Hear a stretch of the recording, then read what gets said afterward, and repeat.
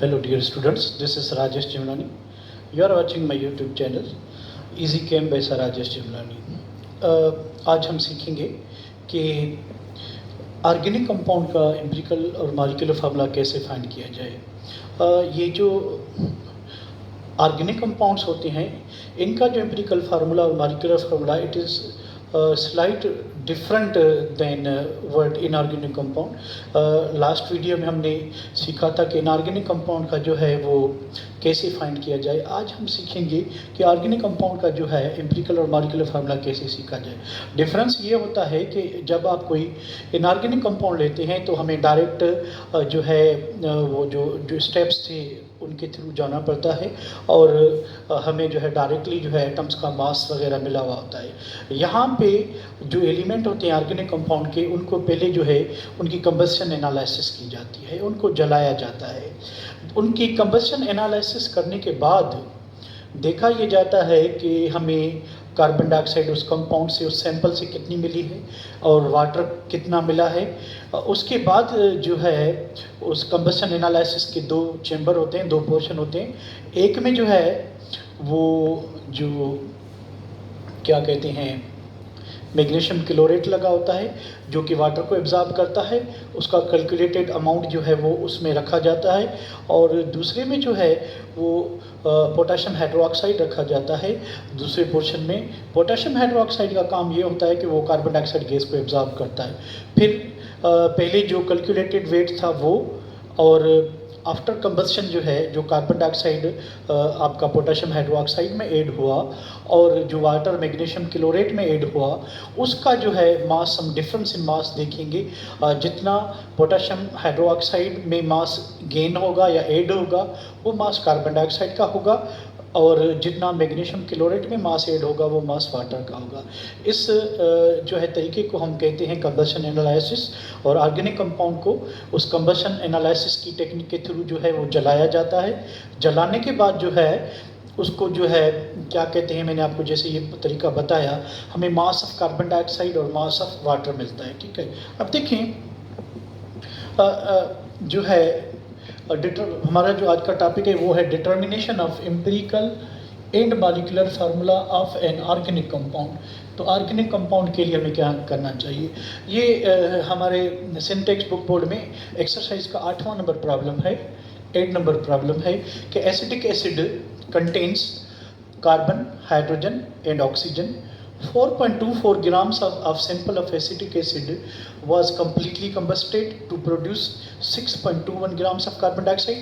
अब ये जो 6.21 grams of कार्बन डाइऑक्साइड है ये किस में ऐड होंगे, पोटेशियम हाइड्रोक्साइड में। ठीक है, और ये जो 2.54 ग्राम वाटर के हैं ये ऐड होंगे मैग्नीशियम क्लोरेट में। ठीक है, सो मैग्नीशियम क्लोरेट और पोटेशियम हाइड्रोक्साइड और 4.24 ग्राम हमने सैंपल ऑफ एसिटिक एसिड लिया था जिसको हमने कंबस्ट किया ऑक्सीजन की प्रेजेंस में, उसको हमने बर्न किया। उससे बर्न करने के बाद हमें जो है वो this amount of carbon dioxide and this amount of हमें वाटर मिली। उसके बाद हम क्या करेंगे, हम जो है ऑर्गेनिक कंपाउंड का जो मॉलिक्यूलर और एम्पिरिकल फार्मूला ये फाइंड करने के लिए हम डायरेक्टली जो है, वैसे एक स्टेप और है कि पहले आप जो है परसेंटेज ये जो है मास फाइंड करते हैं कार्बन डाइऑक्साइड का, उसके बाद परसेंटेज फाइंड करते हैं। ठीक है, मैं एक ही स्टेप में जो है वो दोनों करूँगा। दोनों जो है उसमें करना क्या है आपने कि 1 मोल ऑफ आपने क्या लेना है, कार्बन का मास लेना है जो कि हमें पता है कि 12 होता है 1 mole of mass of carbon, और 1 mole of mass of carbon dioxide we know the 1 mole of carbon dioxide weighs 44 gram into given mass of carbon dioxide। Carbon dioxide का हमें प्रॉब्लम में कंबशन एनालिसिस में मास कितना मिला है वो है 6.21, तो यहाँ पे हम लिखेंगे 6.21 और नीचे जो है मास ऑफ सैंपल ये वाला जो मास 4.24 ग्राम था वो हम लिखेंगे। अच्छा, इधर 4.24 ग्राम इंटू 100 करेंगे, हमारा आंसर आएगा 40%। ठीक है, आप कैलकुलेट करेंगे, मैंने क्योंकि ऑलरेडी किया हुआ है, सेवरल टाइम्स किया, इसलिए मुझे आंसर याद है। आप करेंगे तो या आपका 39.99 आएगा या आपका 40% आएगा। ठीक है, अच्छा देखें हमने किया कैसे है वो चीज़ ज़रा नोट करें। मैंने आपको बताया कि कंबशन एनालिसिस से होगा। ठीक है, और कंबशन एनालिसिस में क्या किया जाता है कि एक कैलकुलेटेड अमाउंट, जैसे यहाँ पे हमने 4.24 ग्राम लिए हैं सैंपल के एसिटिक एसिड के। ठीक है, इसी तरह से एक कैलकुलेटेड अमाउंट ऑर्गेनिक कंपाउंड की बर्न की जाती है। और एक किलोज कंटेनर में, किलोज एक जो है उसमें वेसल में जो है ये रिएक्शन होता है, उसके दो पोर्शन होते हैं। एक पोर्शन में मैग्नीशियम क्लोरेट रखा जाता है जो वाटर को एब्जॉर्ब करता है, और दूसरे पोर्शन में कार्बन डाइऑक्साइड रखा होता है, सॉरी पोटेशियम हाइड्रोक्साइड रखा होता है जो कार्बन डाइऑक्साइड को एब्जॉर्ब करता है। ठीक है, क्योंकि आपको पता है कि कंबशन की जो प्रोडक्ट होती है उसमें कार्बन डाइऑक्साइड और वाटर बनता है। मेजॉरिटी ऑफ कंपाउंड्स जो ऑर्गेनिक कंपाउंड्स होते हैं वो वाटर और कार्बन डाइऑक्साइड देते हैं। ठीक है, if the compounds are hydrocarbons तो they only give two products, one is carbon dioxide and other is water.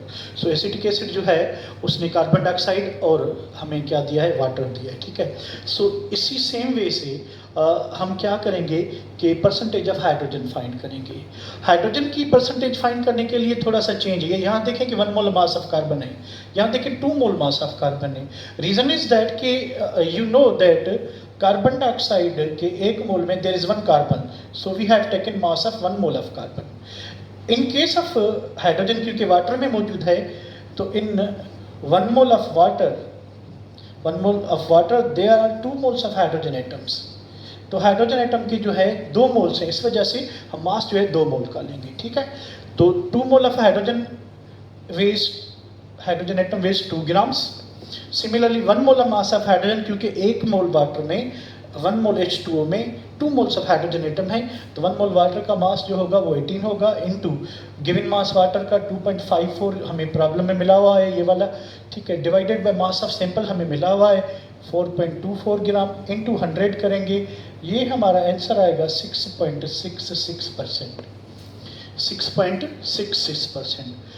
हमें क्योंकि प्रॉब्लम में जो है पता है कि there are 3 elements in acetic acid, one is carbon, other is hydrogen and third one is oxygen. Carbon और hydrogen का मास हमें कंबशन एनालिसिस से मिल जाएगा। जो है उसमें कार्बन डाइऑक्साइड वाटर का जो मास आता है, जो डिफरेंस आता है, उससे हमें पता चल जाएगा। ऑक्सीजन की परसेंटेज, क्योंकि ऑक्सीजन जो है वो दोनों में मौजूद है, वाटर में भी मौजूद है और वो जो है कार्बन डाइऑक्साइड में मौजूद है। सो उसका जो परसेंटेज है उसकी फाइंड करने के लिए हमने डिफरेंस मेथड यूज़ करेंगे, क्योंकि देयर आर 3 एलिमेंट्स, उन 3 एलिमेंट्स की जो कंबाइंड परसेंटेज है वो 100 होगी। यानी अगर हमारे पास 3 element A, B and C हैं, यहाँ पे कार्बन, हाइड्रोजन एंड ऑक्सीजन है, अब तीनों एलिमेंट की जो कंबाइंड परसेंटेज होगी वो होगी 100। यहाँ पे हमें 2 की मिली हुई है, किस किस की मिली हुई है, कार्बन की और हाइड्रोजन की। सो हम क्या करेंगे कि 100 से कार्बन की परसेंटेज और हाइड्रोजन की परसेंटेज को माइनस करेंगे। जब इसको माइनस करेंगे ऐड करके आपस में, सो हमें इस डिफरेंस मेथड से जो है ऑक्सीजन की परसेंटेज मालूम हो जाएगी। सो मैंने ये लिखा हुआ है कि percentage of oxygen is equal to 100 minus percentage of carbon मिली हुई हमें, वो कितनी परसेंटेज कार्बन की, 40, ये मैंने यहाँ पे लिखा हुआ है, प्लस परसेंटेज ऑफ हाइड्रोजन हमें मिली हुई है 6.6। सो 100 माइनस ये होगा 46.4, 100 से माइनस करेंगे।